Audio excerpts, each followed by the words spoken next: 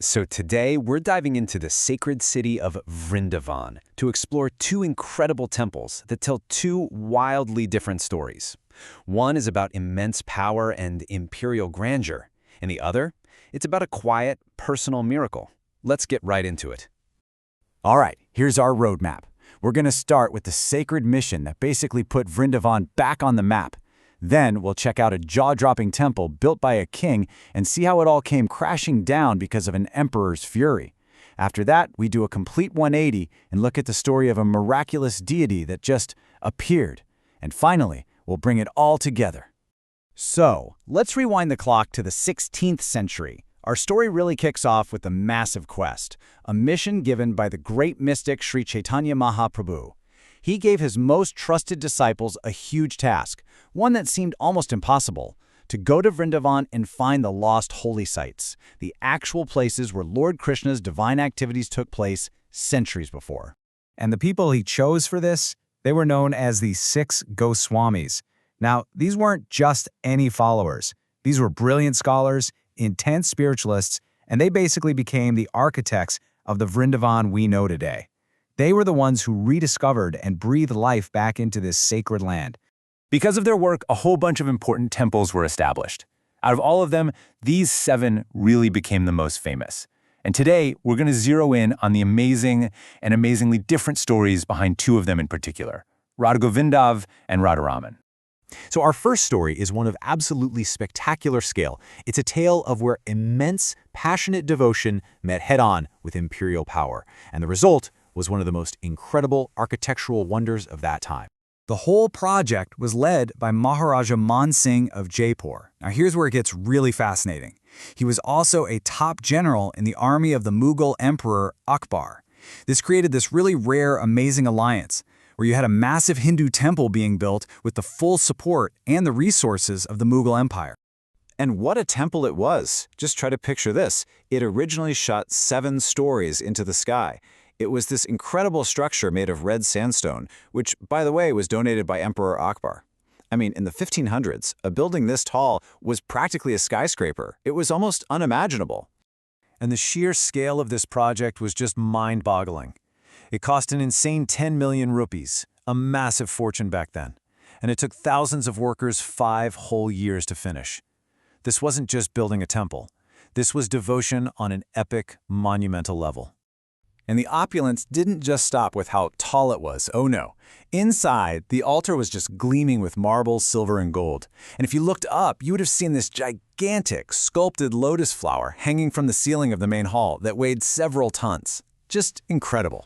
But, you know, this golden age of cooperation, of art and religion working together, well, it wasn't meant to last. Less than 100 years after it was finished, the temple had to face a new emperor, Aurangzeb, and his vision for the empire was, well, let's just say it was very, very different. And this timeline just shows you how fast everything changed. So, 1570, construction kicks off. Exactly 100 years later, 1670, the order comes down to tear it apart. Luckily, the temple priests moved fast. They were able to get the main deity out and to safety in Jaipur right before the destruction began. So the big question is, why? What happened?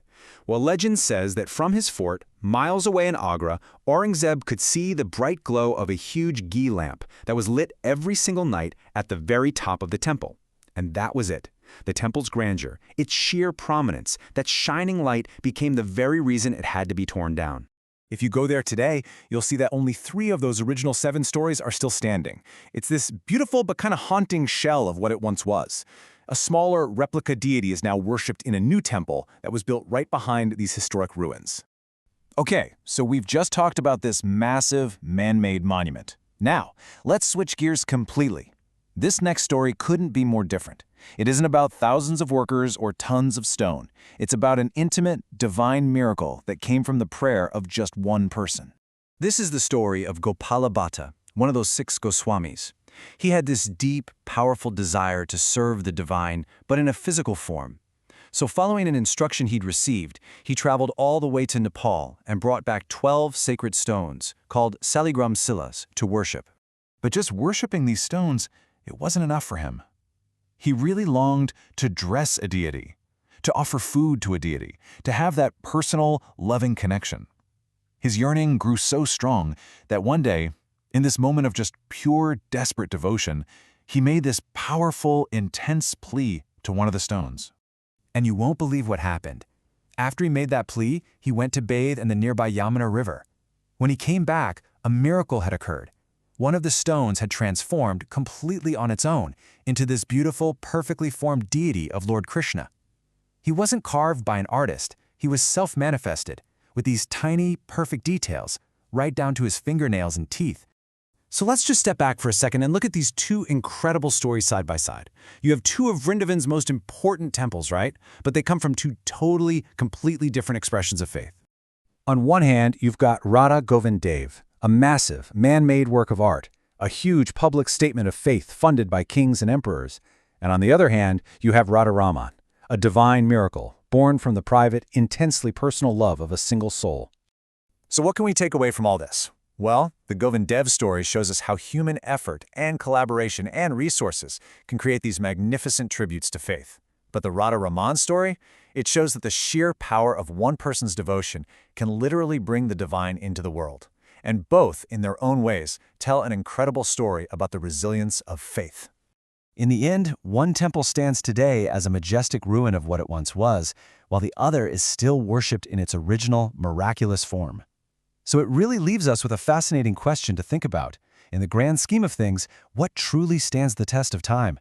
A magnificent monument of stone or a miraculous story of faith?